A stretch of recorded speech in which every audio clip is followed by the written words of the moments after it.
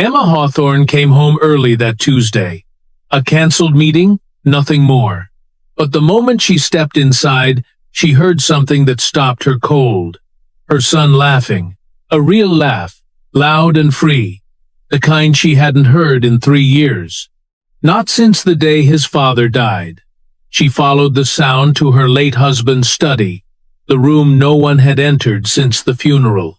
Through the half-open door, she saw her gardener standing at a whiteboard, explaining concepts that belonged in a university lecture, while her 9-year-old listened with bright eyes.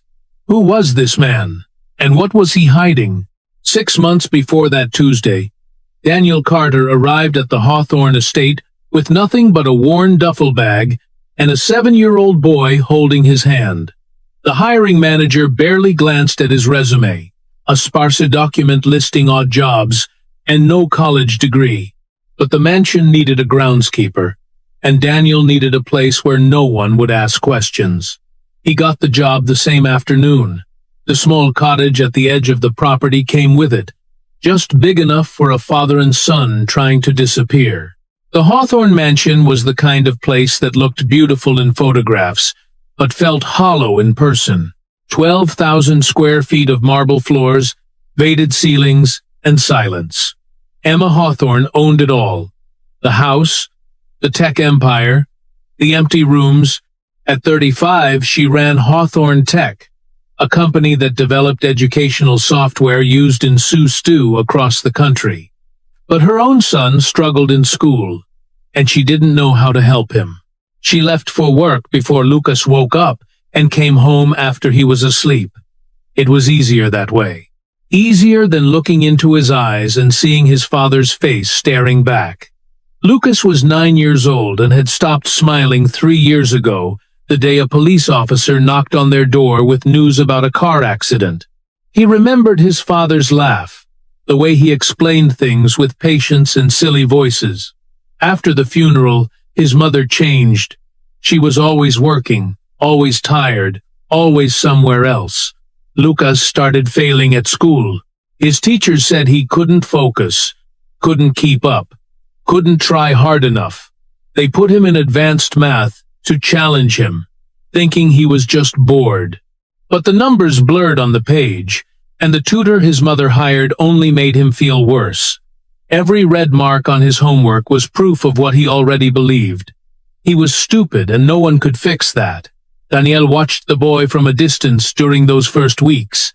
He recognized something in Lucas, a look he had seen before in his own son's eyes.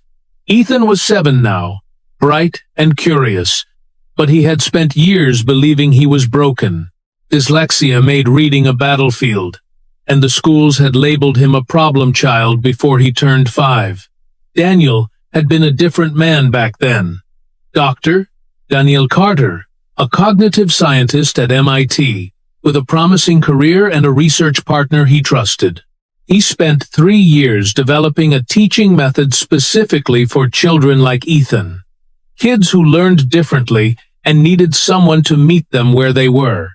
The Carter method worked. It changed Ethan's life. And then Marcus Webb stole it. Webb had been Daniel's mentor, his collaborator, his friend. They had published papers together, shared grant money, built something that could have helped thousands of children. But Webb wanted more than shared credit. 4 years ago, he went to the university board with fabricated evidence, claiming Daniel had falsified research data. The accusation destroyed everything. Daniel lost his PhD, his reputation, his career. His wife left within the year, unable to handle the scandal. She didn't fight for custody, just signed the papers and disappeared. Daniel was left with nothing but Ethan and a method that now bore another man's name. The Webb method was being licensed to schools, integrated into software celebrated in academic journals. And Daniel Carter was pulling weeds in a billionaire's garden, praying no one would ever recognize his face. He had no intention of getting involved with the Hawthorne boy. Staying invisible was the only way to protect Ethan. If Webb discovered where Daniel was, the lawsuits would start again. The accusations would resurface, and Daniel could lose his son. So, He kept his head down, trimmed the hedges, and pretended not to notice when Lucas sat alone on the back porch every afternoon, hunched over his homework with tears in his eyes. But one September afternoon, Daniel couldn't look away. Lucas was sitting on the stone steps near the garden, his math workbook open on his knees. Red ink covered every page. The boy was whispering to himself the same words over and over. Daniel set down his gardening shears and moved closer, telling himself he was just going to check if the kid was okay. That was when he heard what Lucas was saying. "I'm so stupid. I'm so stupid. I'm so stupid." The words hit Daniel like a physical blow. He had heard Ethan say the same thing years ago, before Daniel figured out how to help him. A child convinced of his own worthlessness was a child on the edge of giving up entirely. Daniel looked at the workbook and immediately saw the problem. Lucas was working on 6th grade math. Fractions, decimals, percentages, material designed for students 2 years older.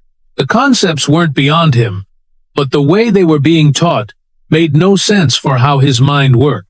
The private tutor had just been drilling procedures without explaining why any of it mattered. Lucas wasn't stupid. He was drowning in a system that refused to throw him a rope. Daniel knew he should walk away. He knew the risk. But he also knew what happened to children who believed they were broken. They stopped trying, stopped hoping, stopped living. He had almost lost Ethan to that darkness. He couldn't watch it happen again. So Daniel sat down next to Lucas and picked up a handful of pebbles from the garden path. He asked the boy a simple question about the stones in his hand, and then he showed him fractions using something he could see and touch. Within 10 minutes, Lucas understood concepts he had been failing for months. The boy looked up at Daniel with an expression of pure shock, as if someone had just told him the sky was actually green, and proved it. "I got it," Lucas whispered. "I actually got it." For the first time in 3 years, a small smile crossed his face. Daniel felt something crack open in his chest, something he had tried to keep sealed shut. He was in trouble now, and he knew it. The next day, Daniel's son, Ethan, wandered over to the main house while his father was working. Lucas was sitting alone again, and Ethan, who had never met a stranger he didn't want to befriend, introduced himself immediately. The two boys were different in almost every way. Lucas was quiet, withdrawn, careful. Ethan was loud, energetic, fearless. But within an hour, they were running through the garden together, laughing at nothing and everything. Lucas asked Ethan about school, expecting to hear about good grades and easy classes. Instead, Ethan told him about the years he couldn't read, the teachers who called him lazy, the feeling that his brain was broken. But his dad had taught him a different way, Ethan explained, and now he could read whole chapter books. Lucas stared at the younger boy with something that looked like hope, a fragile and dangerous thing. That evening, Lucas found Daniel in the garden and asked him directly, "Can you teach me like you taught Ethan?" Daniel felt his stomach drop. He thought about Webb, about the lawsuits, about the custody threats that could destroy his family all over again. He told Lucas no. The boy's face crumpled, and he walked away without another word. Daniel went home that night and couldn't sleep. He kept seeing Lucas on those steps, whispering that he was stupid. He kept hearing Ethan's voice from years ago, saying the same words before Daniel found a way to reach him. Some children fell into despair and never climbed out. Some children gave up entirely. Daniel knew what it meant to watch a child lose faith in himself, and he knew he was the only person in that mansion who could stop it from happening again. The next morning, Daniel made a decision that would change everything. He woke up before dawn, walked to the main house, and found Lucas already awake, sitting in the kitchen with his math book open. Daniel sat down across from him and started teaching. No whiteboard, no formal lessons, just pebbles and leaves and the sugar packets from the counter, turning abstract concepts into things a 9-year-old could hold in his hands. Lucas listened with desperate attention, asking questions, making connections, understanding. When Emma's car pulled out of the driveway an hour later, both of them were still at the kitchen table, unaware that they had just set something irreversible into motion. Daniel told himself it was temporary. He would help Lucas catch up, nothing more. He would keep his identity hidden, stay in the shadows, protect Ethan from the fallout. No one needed to know who he really was or what he had lost. But every morning when Lucas looked at him with that mixture of gratitude and wonder, Daniel felt the walls he had built around himself begin to crack. He was a teacher again, even if no one could ever know it. And somewhere in the back of his mind, a voice kept warning him that secrets this big never stayed buried forever. The weeks that followed became a quiet revolution. Every morning before dawn, Daniel slipped into the main house through the kitchen door. And every morning, Lucas was already waiting for him. They worked at the kitchen table until they heard Emma's footsteps upstairs, then moved to the garden or the old tool shed where no one would think to look. Daniel taught fractions with orange slices, geometry with sticks and string, probability with a worn deck of cards. He explained the Fibonacci sequence using pine cones and sunflowers, showing Lucas how math existed everywhere if you knew how to see it. The boy absorbed everything like soil after drought, desperate and grateful, and growing stronger by the day. Emma noticed something shifting in her son, though she couldn't name it. He seemed lighter somehow, less burdened by the invisible weight he had carried since his father's death. She wanted to ask him about it, wanted to sit down and have a real conversation, but she didn't know how anymore. 3 years of distance had built walls she couldn't see over. So she did what she always did. She went to work, stayed late, told herself that providing for Lucas was the same as being there for him.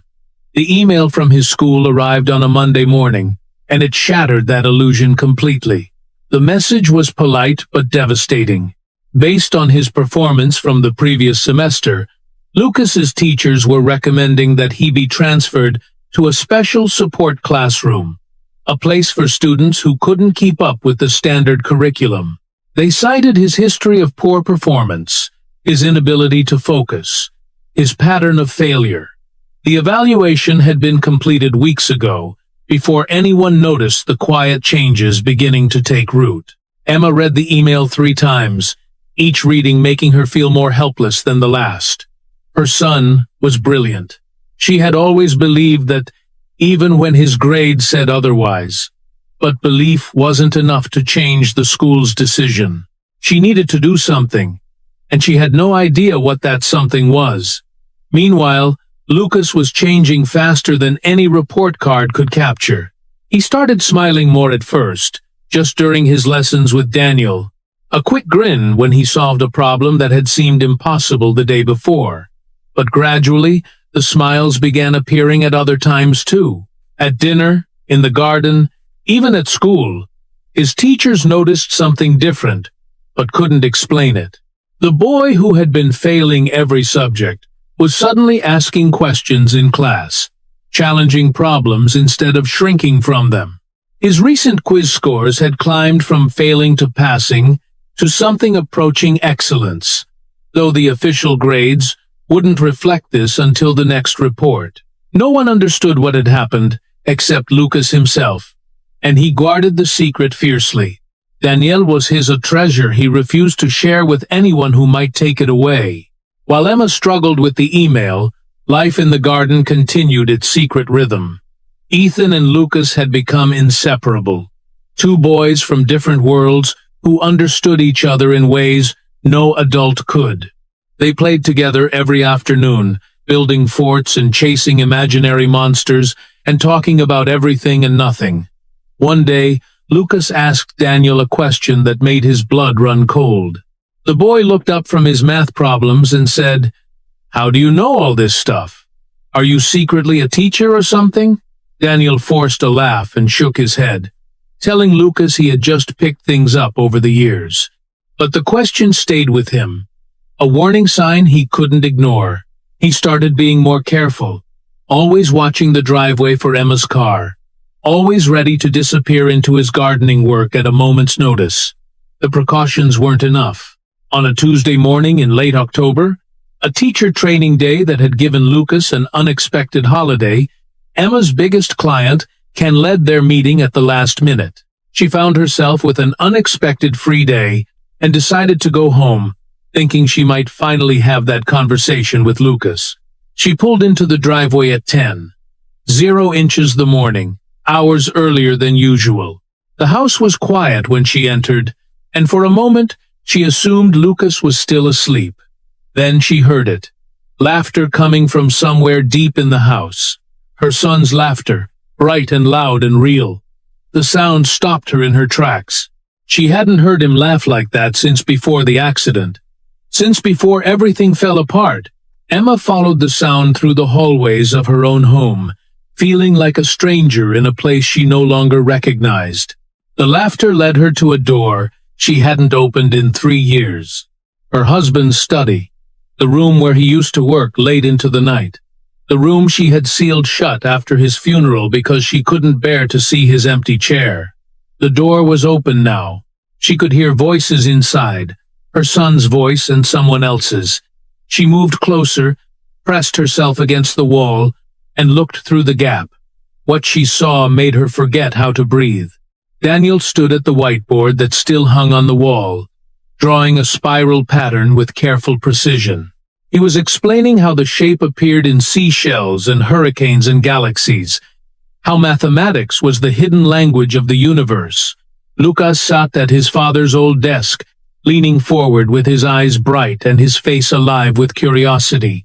He was asking questions. Real questions. Smart questions. The kind of questions that proved he had been thinking deeply about what he was learning. On the desk beside him lay textbooks that Emma recognized from her own college days. Advanced mathematics, far beyond anything a 9-year-old should be studying.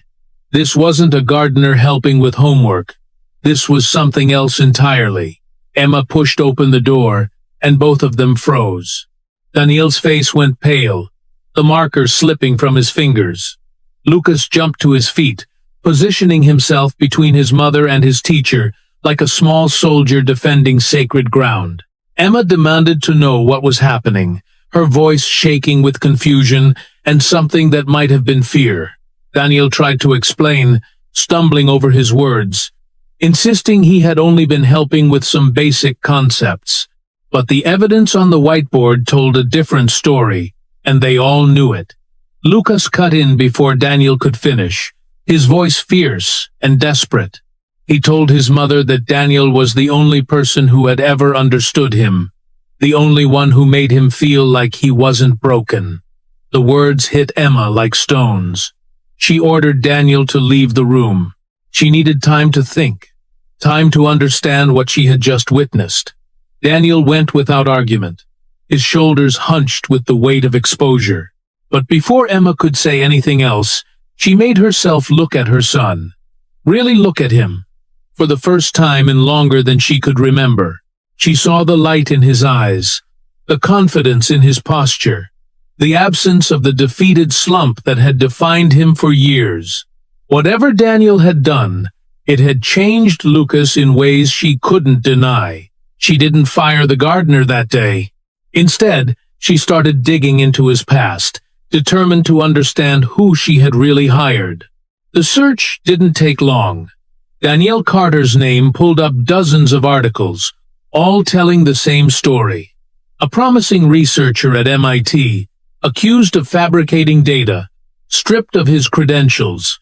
Disgraced and forgotten, Emma read the official accounts with growing unease. But then she found something else.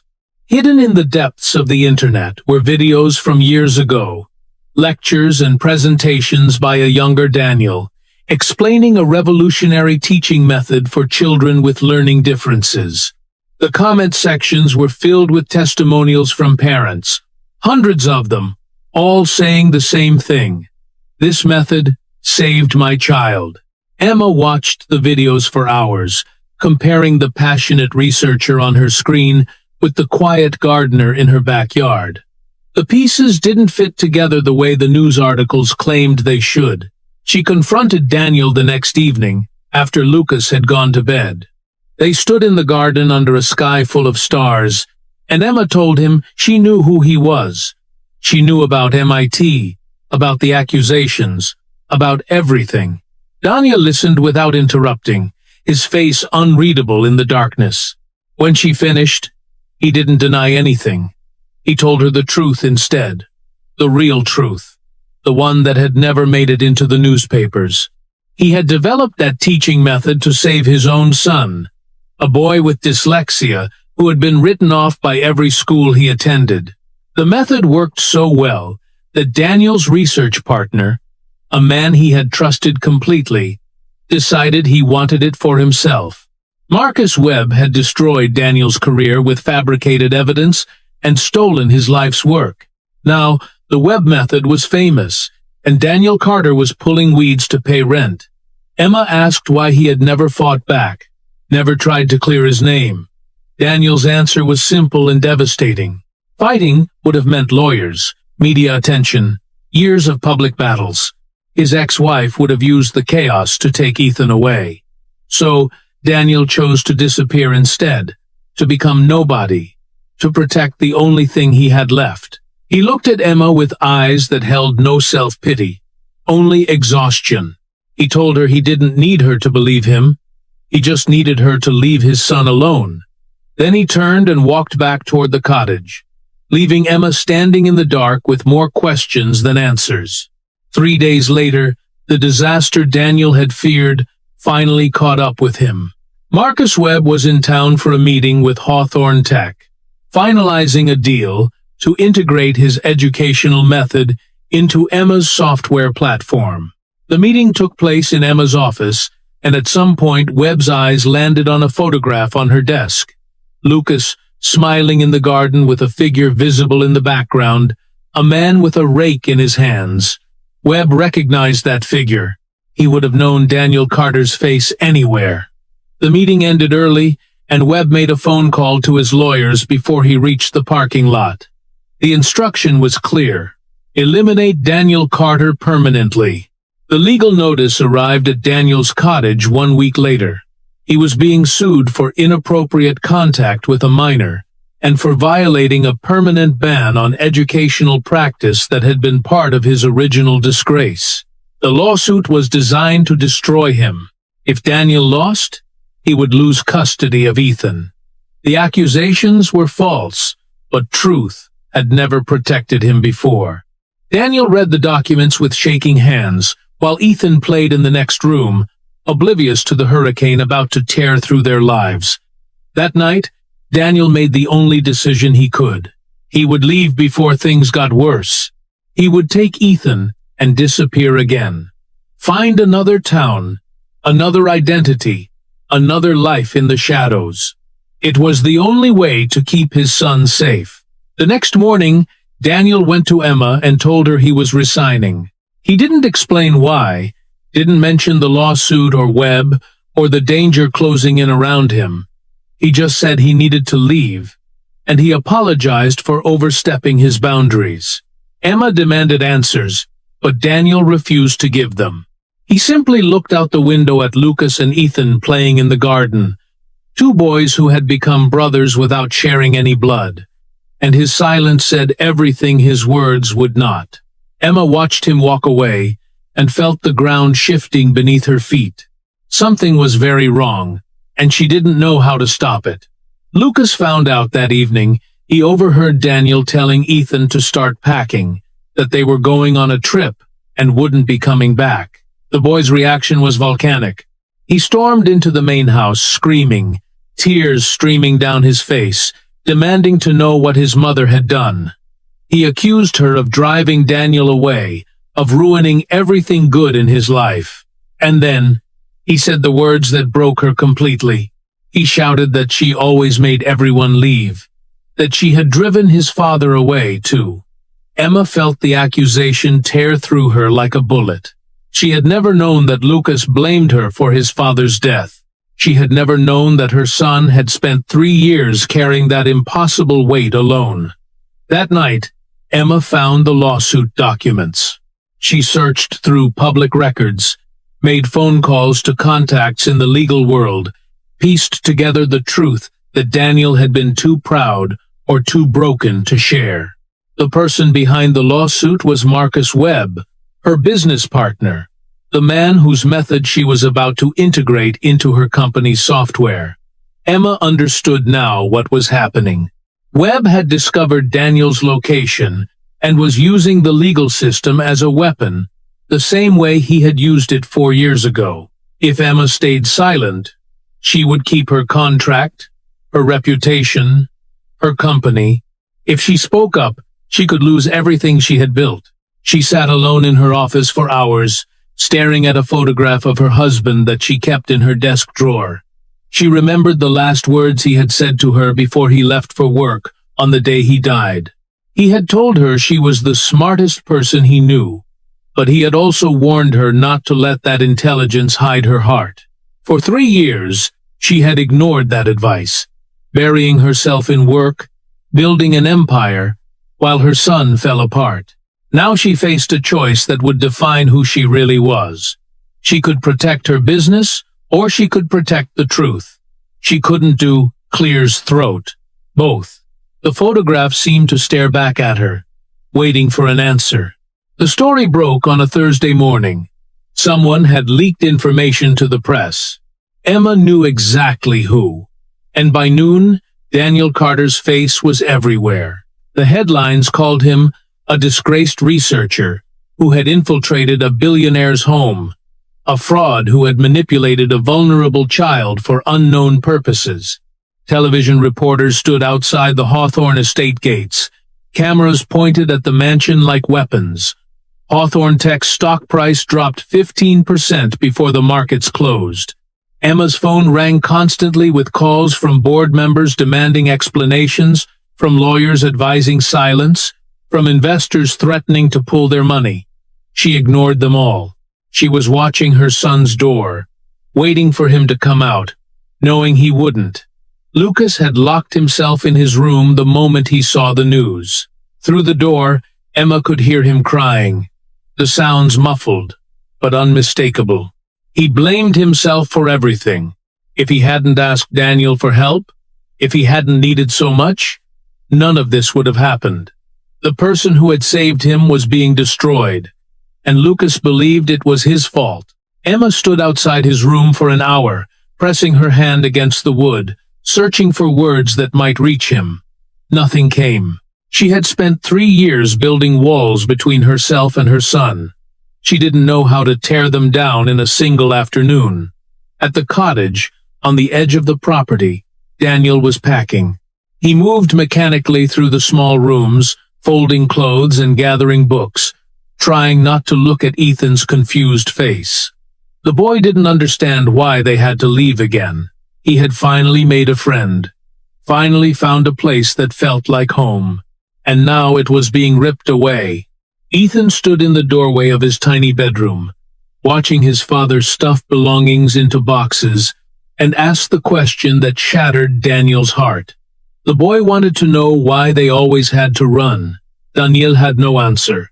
He had spent 4 years protecting his son from the truth, and now that truth was playing on every television screen in the country. He couldn't hide anymore. He could only disappear. Emma made her decision at 2:00 the morning. She was sitting in her office, surrounded by legal documents and news printouts, staring at the photograph of her husband that she had pulled from her drawer.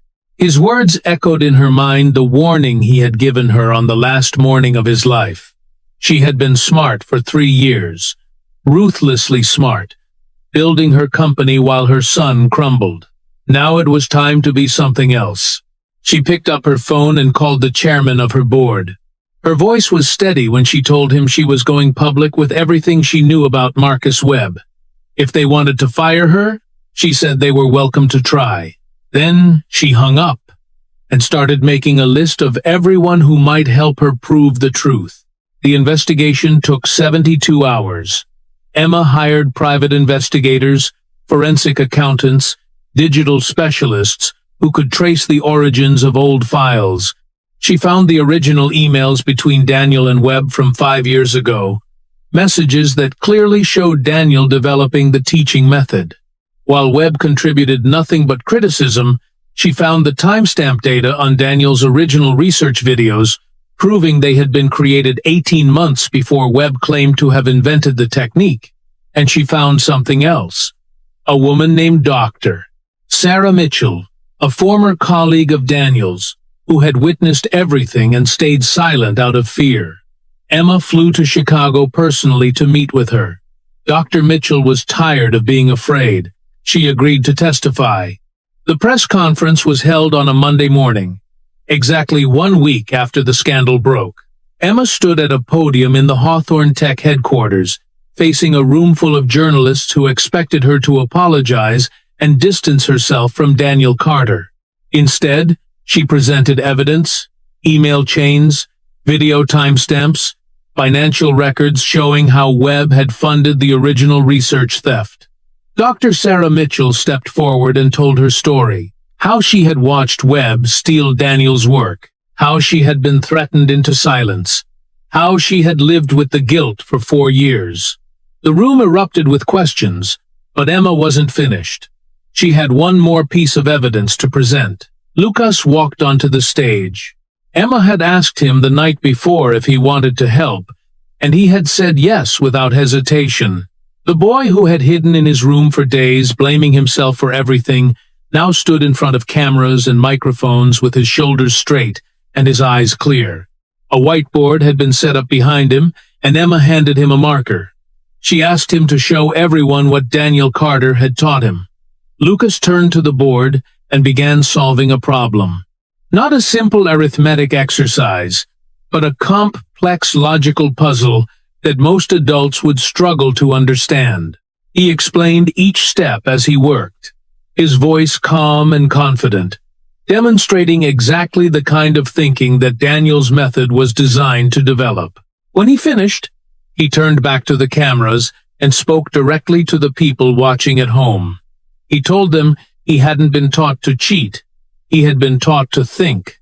The room fell silent. Marcus Webb's world collapsed within 48 hours. The university that employed him launched an internal investigation. Former colleagues came forward with their own stories of stolen work and fabricated credentials. The lawsuit against Daniel was dismissed before it reached a courtroom. Criminal charges were filed instead against Webb for fraud, defamation, and theft of intellectual property. Emma watched the news coverage with a feeling she couldn't quite name. It might have been satisfaction. It might have been relief. Mostly, it was exhaustion. She had risked everything to tell the truth. And somehow, against all odds, the truth had been enough. Daniel learned about his exoneration from Emma herself. She drove to the cottage where he was still packing, still preparing to disappear, and told him it was over. Webb was finished. The charges were dropped. His PhD would be restored within the month. Daniel listened without expression, as if he couldn't quite believe what he was hearing. Then Emma offered him something he hadn't expected. She wanted him to join Hawthorne Tech as Director of Education, leading the development of software based on his own method, the real Carter method, finally bearing its rightful name. Daniel looked at her for a long moment before asking why she had done all this. Emma's answer was simple. She said he had given her back her son, and she didn't know any other way to thank him. Daniel shook his head slowly. He told her she had given him back himself. As far as he was concerned, they were even. 1 month later, the Hawthorne estate felt like a different place. The mansion that had been cold and silent for 3 years now echoed with footsteps and voices and laughter. Ethan and Lucas had become inseparable. 2 boys who understood each other's struggles and celebrated each other's victories. They studied together every afternoon at the kitchen table, Lucas helping Ethan with math, while Ethan practiced reading aloud from chapter books he could finally understand. Daniel had moved into the guest house, a proper residence instead of a gardener's cottage, and spent his days building the educational platform he had dreamed about for years. Emma came home early now. She had restructured her schedule, delegated more responsibilities, learned that her company could survive without her constant presence. Her son needed her more than her shareholders did. On a warm evening in early spring, Emma found Daniel sitting on the back porch, watching the sunset paint the sky in shades of orange and gold. She sat down beside him without speaking, and for a while they just watched the colors change together. Then Emma told him something she had been thinking about for weeks. She said she had spent 3 years being the smartest person in every room, building an empire, proving to the world that she didn't need anyone. But she had been wrong. She had needed someone to show her what she was missing, and Daniel had done that without even trying. Daniel turned to look at her, and his expression held something that might have been the beginning of an answer. He didn't say anything romantic. He didn't make any promises. He just told her that they both had a lot of rebuilding to do, and maybe they could figure it out together. It wasn't a declaration of love. It was something better, an acknowledgement of possibility, of hope, of a future that neither of them had expected to find. The final image of that evening would stay with Emma forever. She walked back into the house and found Lucas at the whiteboard in his father's old study, the room that had been sealed with grief and was now alive with equations and diagrams. Her son was solving a problem that would have challenged a high school student, his hand moving confidently across the surface, his face lit with concentration and joy. Beside him sat Ethan, reading aloud from a book about space exploration, his voice steady and clear, no longer stumbling over words that had once seemed impossible. Daniel stood behind them both, arms crossed, a small smile on his face, as he watched the two boys who had changed his life. Emma leaned against the doorframe, tears running down her cheeks, finally understanding what had left her speechless on that Tuesday afternoon 6 months ago. It wasn't Daniel's intelligence, though that had certainly surprised her. It wasn't even his teaching methods, revolutionary as they were.